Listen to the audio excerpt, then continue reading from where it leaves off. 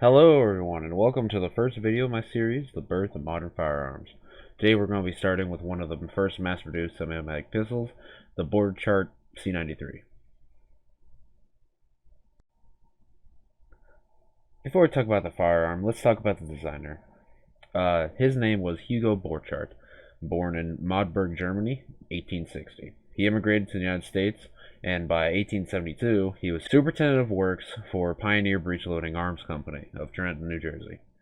After this, he was employed by Colt, Winchester, and then was the superintendent and treasurer for the Sharps Rifle Company on June 1st, 1876. After the Sharps Company dissolved, he moved to Budapest to work for a Hungarian arms and machine manufacturing company known as Fegyev Izgitabyar Rezneven Yatar Sasig. I feel like I just summoned a demon. Yeah, no, we're just going to call him Feg. While in Budapest, he got married and soon returned to the USA to be a consultant for Remington for the Lee rifle in the U.S. Army trials.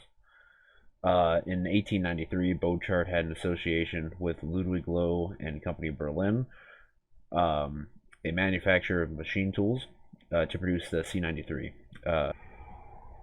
a semi-automatic pistol that he had invented based upon the Maxim toggle lock principle, as well as make a new cartridge, the 765 by 25 millimeter Borchardt that the C-93 used.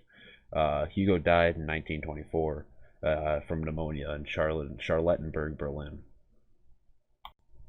Now they've got the maker out of the way, let's get to the gun itself. The C-93 uses a toggle lock system, like I said before. Basically means that when the gun is fired, a two-piece arm rises, flexes, and as the gun recoils, thus the breech unlocks, releases the empty cartridge case, the arm flexes back, rechambering around and sealing the breech, ready for your next shot. DWN employed George Luger to promote the Borchardt pistol in military and commercial channels. The pistol was tested by the U.S. Navy as early as 1894 and later by the U.S. Army. Although it was accurate and its rate of fire was rapid, the Borchardt pistol was expensive to produce and unwieldy due to its almost vertical grip and its bad distribution of weight. Furthermore, its recoil was unexpectedly powerful. These criticisms were noted by the Swiss Army field tests. However, Borchardt refused to make any changes to his original design. The Borchardt C-93 is manufactured and sold solely in its proprietary caliber, the 765 by 25 Borchardt. Some test models were made in 765 by 21 Parabellum and the 9 by 18 Borchardt, experimental bottleneck cartridge developed in 1902. DWM then appointed George Luger to make the requested improvements to the pistol. Luger took the Borchardt design using a shorter 765 by 21 millimeter Parabellum cartridge, which allowed him to incorporate a shorter stroke with a toggle mechanism and a narrower angular grip. Luger's design eventually became the Luger Parabellum pistol that we know and love today. Cool. Now that we talked about the Luger and the C-93, let's go to the 1911 that was produced a little bit after that. The M1911 pistol originated in the late 1890s as a result of the search for a suitable self-loading pistol to replace a variety of revolvers then in the service. The United States was adopting new firearms at a phenomenal rate.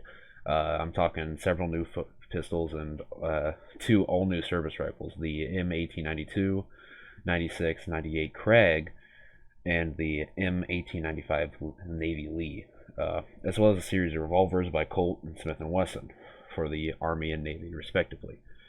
All of these have adopted just in that decade.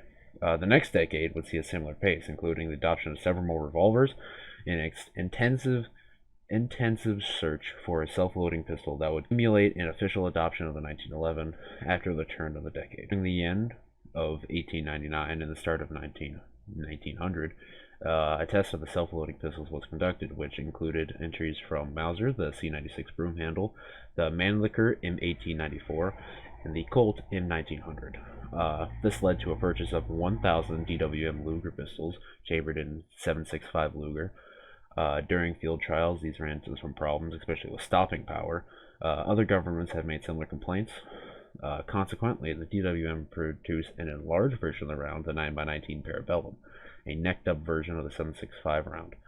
50 of these were tested as well by the U.S. Army in 1903. American units fighting Moro guerrillas during the Philippine-American War, using then-standard Colt M1892 revolvers using 38 long Colt, found it to be unsuitable for the rigors of the jungle warfare, particularly in terms of stopping power. As the Moros had high battle morale and often used drugs to inhibit the sensation of pain. The U.S. Army briefly reverted to using the M1873 single-action revolver in .45 Colt caliber, which has been standard during the late 19th century.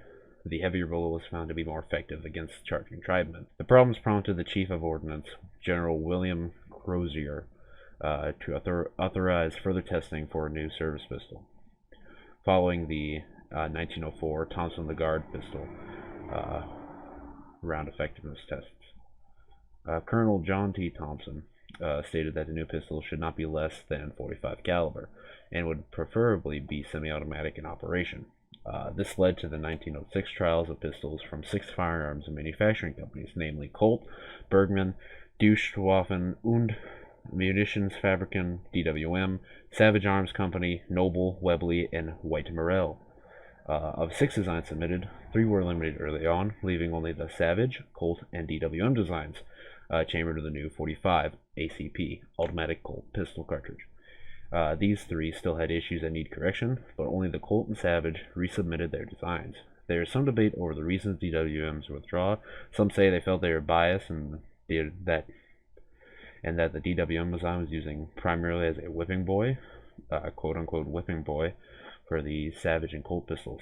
Though this does not fit well with the earlier 1900 purchases of the 1000 DWM's design over the Colt and Steyr entries. In any case, field tests from the 1907 to 1911 were held to decide between the Savage and Colt designs. Both designs were improved between each testing over their initial entries. God damn it! Both designs were improved between each testing over their initial entries, leading up to the final test before adoption among the areas of success for the Colt was tested at the end of 1910, attended by its designer, John Browning. 6,000 rounds were fired from a single pistol over the course of 2 days. When the gun began to grow hot, it was simply immersed in water to cool it. The Colt gun passed with no reported malfunctions, while the Savage designs had 37. There it is, folks, the birth of semi-automatic pistols. Hope you enjoyed. If you did like this video, share it with friends. Comment down below. Comment down below, and even pop down. Let's have a little vote. I'm gonna put a poll. We're gonna figure out what the next video should look into. Should it be shotguns, rifles, mortars? I don't know. Ask around, find out. And with that, have a wonderful day, and I'll see you next time.